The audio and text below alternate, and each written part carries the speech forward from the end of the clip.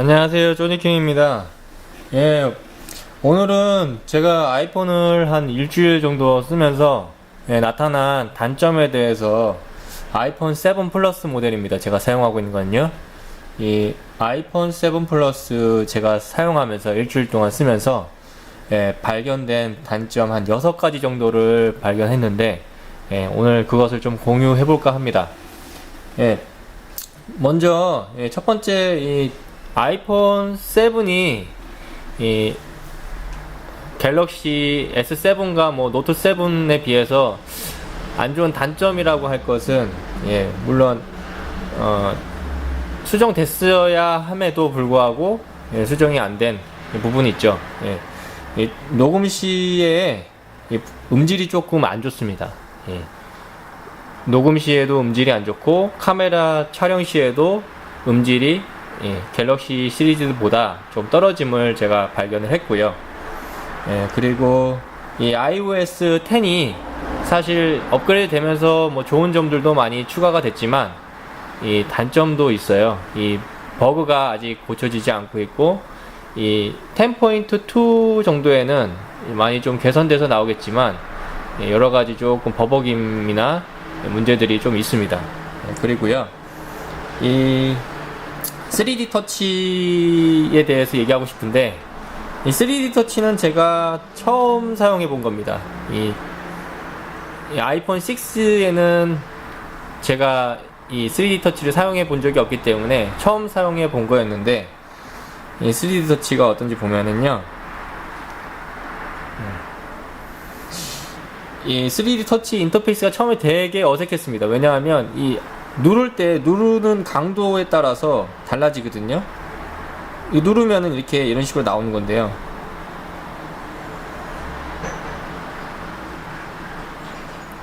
누르면 안으로 이제 이런 식으로 설정이 나오는데요. 단점이 이거를 아이콘을 옮기거나 지우고 싶을 때 이걸 눌렀을 때 지금 이 정도를 눌러야 되는데요. 지금 이제 3D 터치 강도를 약으로 해놓은 거거든요. 너무 이제 중으로 해놓으니까 너무 세게 눌러야 이게 돼요. 세게 눌러야 되더라고요. 이제 이 강도가 조금 애매해요. 그래서 처음 사용하는 사람들은 이게 뭐야? 좀 이질감이 느껴지는데? 이렇게 생각할 수도 있고요. 근데 요것을 익숙해지다 보면은 대충 어느 정도 감도를 인지하게 되죠. 이 정도 되면은 이제 아이콘이 움직이는 게 되고요. 이 정도 누르면은 이렇게 되고요. 요건 이제 알아서 기기에 적응을 해야 되는 그런 단점이 있고, 이 측면을 터치하면 몰랐어요.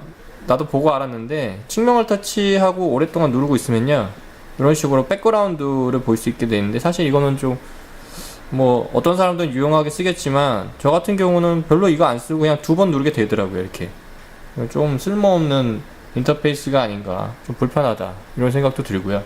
그리고 이제 또 단점이 많은 사람들한테 지금 발견되고 있는 부분인데, 이 아이폰이 사실 이 스피커 부분을 없앴잖아요. 없애는 의미는 이 자기는 이제 미래를 준비하기 때문에 미래를 향한 뭐 용기다, 뭐 이런 식으로 용기가 필요하다 해서 바꿨다 하는데, 사실 그러면은 블루투스라도 좀 잘 돼야 될 거 아니에요. 근데 블루투스가 많은 사람들한테 끊김이 발견됩니다. 뭐 차량에서도 끊김이 발견이 되고요. 제가 실제로 블루투스 이어폰을 사용하면서도 자주 끊기더라고요. 그래서 이럴 거면은 왜 없앴냐 라는 생각도 들더라고요. 그래서 그런 부분에, 음악을 좋아하시는 분들은 그런 부분에 조금 생각을 좀 하셔야 될 것 같고요. 그리고 갤럭시 7과 비교해서 단점이 있는데, 갤럭시 7에 비해서 카메라가, 뭐 갤럭시 S7이나 노트 7을 사용하셨던 분들은 카메라가 사실 굉장히 마음에 안 들 수도 있어요. 이게 f1.8 적용한 렌즈임에도 불구하고 야간에 굉장히 노이즈가 많고요.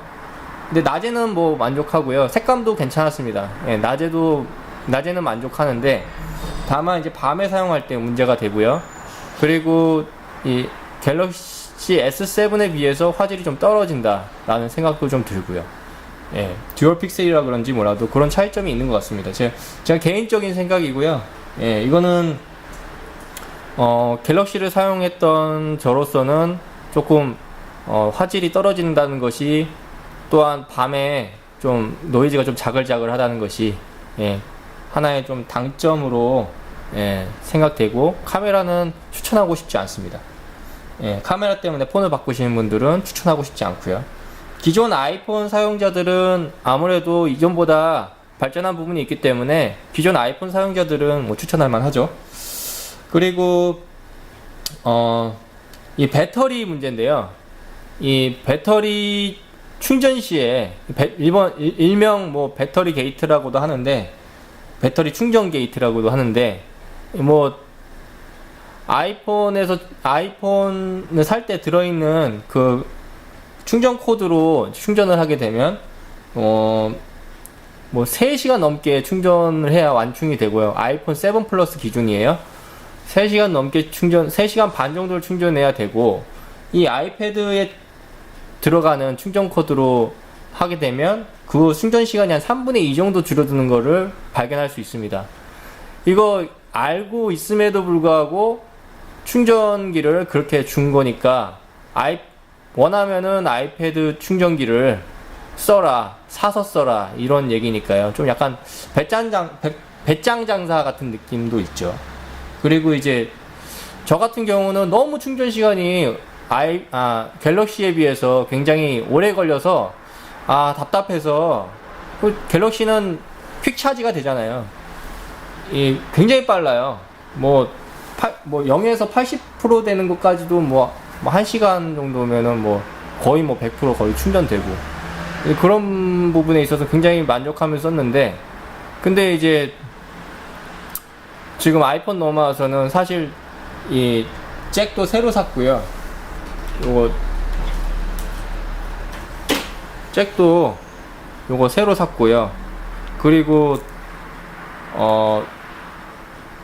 아이패드 코드를 또 따로 샀죠. 그래서 조금 더 빨리 충전하고, 그리고 아이패드 충전기를 사고 싶지 않으신 분들 같은 경우는 퀵차지가 지원되는 그런 보조 배터리를 사용해서 하는 것도 빠른 충전이 되더라고요.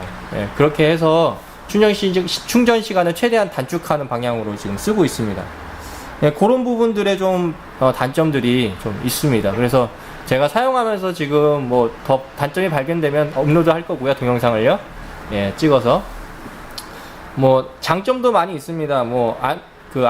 아이폰만이 갖고 있는 장점들이 여러 가지 있죠. 물론 장점이 iOS 하나라는 거지만, 예, 그것도 iOS가 갖고 있는 이제 빠릿함과, 그리고 이제 여러 가지 듀얼 스피커, 요즘에 이번에 새로 적용된 듀얼 스피커, 그런 부분들은 이제 장점이고, 게임 시에 굉장히 구동이 원활하다, 그런 것들이 있죠. 빠르다라는 건데, 예, 그리고 또 이제 한 가지 큰 장점은, 제가 사용하면서 느꼈던 큰 장점은 이 배터리가 그냥 대기 시간을 있을 때 거의 닳지 않습니다. 배터리 대기 시간이 굉장히 길고요. 이 배터리의 효율이 굉장히 좋습니다. 배터리 용량이 큰 것도 아닌데 굉장히 오래 써서 이거는 굉장히 큰 비약적인 발전이 아니었나, 예, 싶은 생각도 있고요. 예, 그렇지만 갤럭시를 쓰다가 넘어왔을 때 좀 이질감이 있었습니다. 꾸준히 3D 터치를 아이폰 6S부터 사용하셔서 크게 문제를 못 느끼시는 분도 계시겠지만, 저 같은 경우는 6에서 갤럭시 7 엣지로 넘어갔다가 다시 돌아왔을 때는 처음에 조금 적응이 힘들고, 어떻게 써야 되지, 어떻게 해야 되는 거야, 이렇게 느낌을 처음에 받았기 때문에, 물론 검색해서 잘 찾아서 지금 적응 잘 했지만, 예, 그런 부분에서 조금 문제가 있었다는 점을 일단 알려드리고요. 그리고 이 아이폰 7 플러스는 조금 더 사용해보고, 예, 추가적으로 추가 업로드를 하겠습니다. 예, 이상 쪼니킴이었고요. 예, 시청해주셔서 감사합니다.